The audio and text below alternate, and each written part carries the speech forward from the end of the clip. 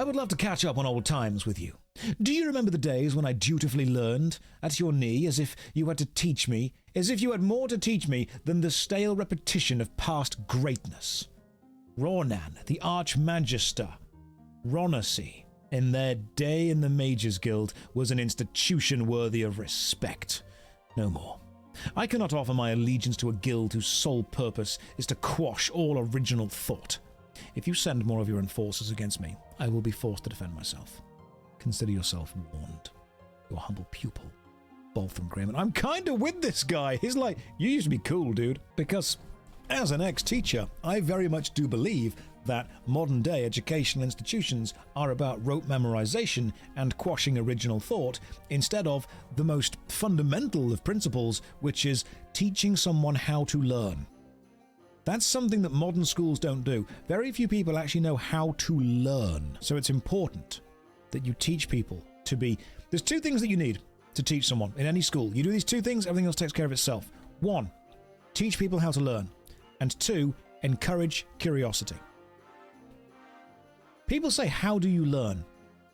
So if you want to learn a skill, find someone who knows that skill.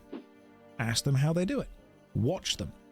Take all the information you can from them, then go and find somebody else who does the skill. Watch them, take all you can from them. It's a much more complicated process than I'm making it sound.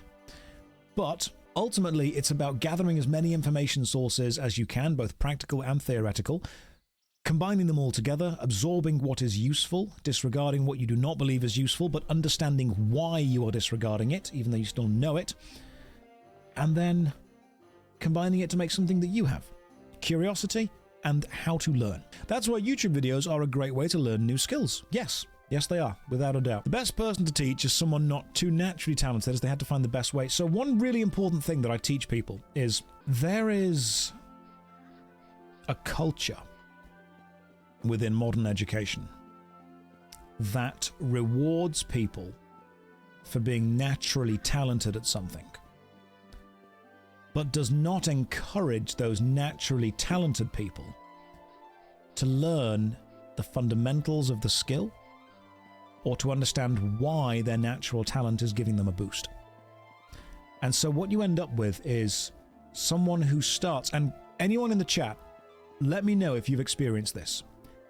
Have you ever been good at something or known someone who was good at something, and instead of learning how to get better at it, you just coasted by, or they just coasted by, on the fact that they were already good?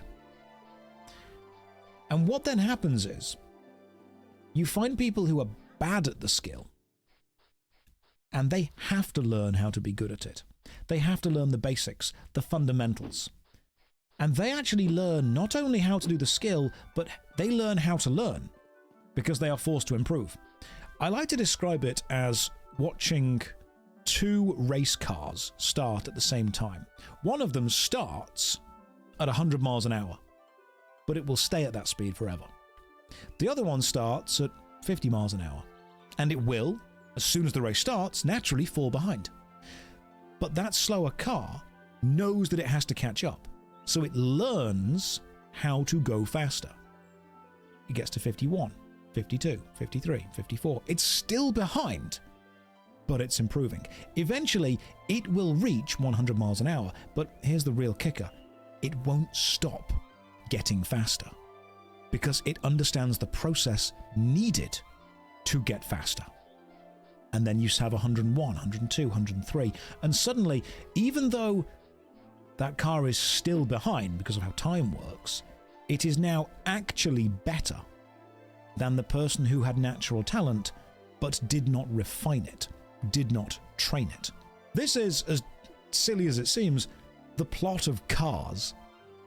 It's, hey, here's someone with natural talent, they're amazing, but they actually don't know how to get better.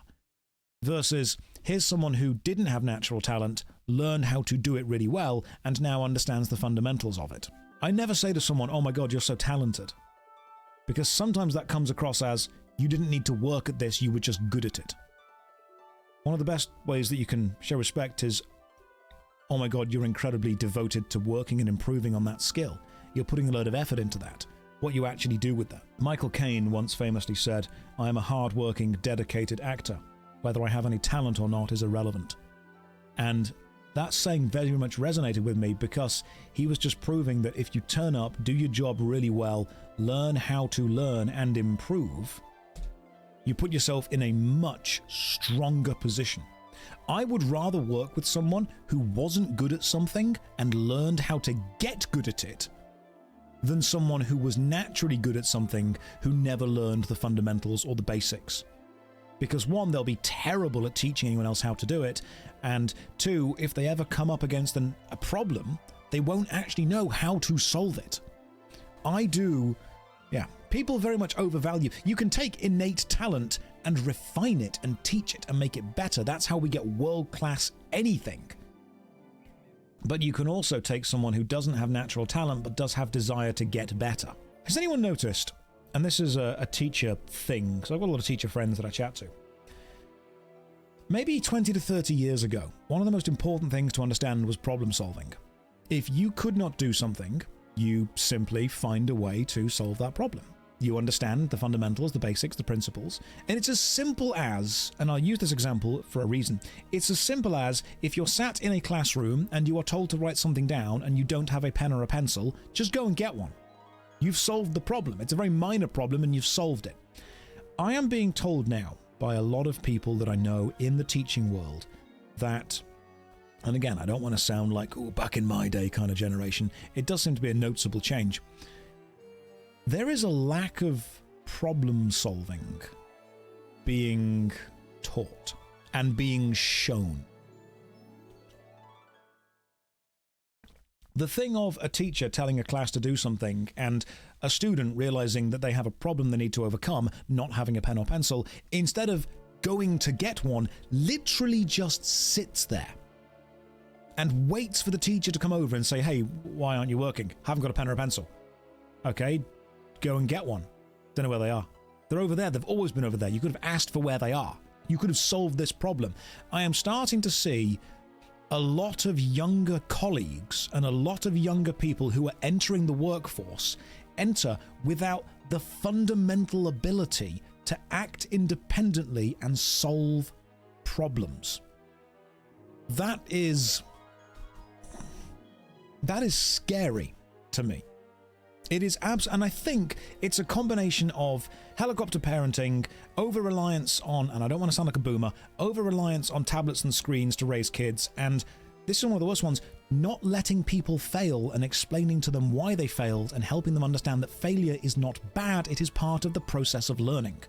It is okay to run a race and not come first. It is okay to enter a competition and not come first. It is okay to take on any challenge and fail. I have infinitely more respect for people who have taken on hundreds of challenges and failed and learned a little bit from each failure than someone who has never taken a challenge on because they don't want to fail, or someone who has only ever been told they've succeeded. I very, very much hate the fact that it does see, and I don't blame the kids for this, because this is not their fault. This is absolutely not their fault. This is the adults' fault for the way they've been teaching and raising the kids. It is not a child's fault if they do not know how to emotionally process failure. That is a teacher and parent problem. Someone said to me once that the current generation of parents are likely the first generation to understand that the way a parent raises a child has a huge emotional impact on the child's upbringing, and someone again said that this is the first generation to en masse go to therapy, which is great. That's fantastic. Processing emotional trauma, processing why things happened, understanding what happened, why it happened, how you can change it, that's great. But we seem to have overcorrected and are now trying to protect younger people from any form of emotional trauma or failure at all, no matter how safe or relevant or important it is for growth. It is important to fall and fail, because we then get back up and learn how to do that. And we are seeing a generation of people who have been protected from failure. And now they are entering the workforce and expecting those same protections to be extended to them. And one of the worst things that you can do for a child is let them pass every single test they take, even if they fail it. Any teachers in the chat? You ever been told to pass a student when they failed? Because if you don't pass them, it looks bad for the school? It's passing the problem down the line. That's all it's doing. It's just passing the problem. You get kids, and the kids, they're not dumb. They're realizing they don't need to do anything. I've been in schools when a child has failed a test, and I have been told by someone superior to me to pass them because it makes the school pass mark look good. They're going to another school, they're going to college, they're going to uni. It's not my problem anymore. It won't be their problem anymore. And the school looks like it's churning out winners. No school wants to take the hit on reputation as being the school where people fail, because funding is linked to pass rates. Taff is saying they're doing that in the military. I saw that in the military as well. Not enough people passing the fitness course. What are we going to do? Lower the course. It happened while I was there. Well, while I was kind of working alongside related aspects of it. They just lowered it down. If enough people can't pass the basic fitness test, you don't try and improve people. You lower the test until enough people are over the bar. It sucks. I don't blame the kids for having participation trophies. I blame the parents that gave them the trophies. The kids didn't ask for it. No one asked for it. Every kid that was given a participation trophy knew that it was bullshit. But what they didn't know was every time they were given one, the parents were saving themselves from having the emotionally difficult conversation of explaining why loss and failure is okay, because they actually don't know how to explain that to someone. Sorry, I feel very passionately about this.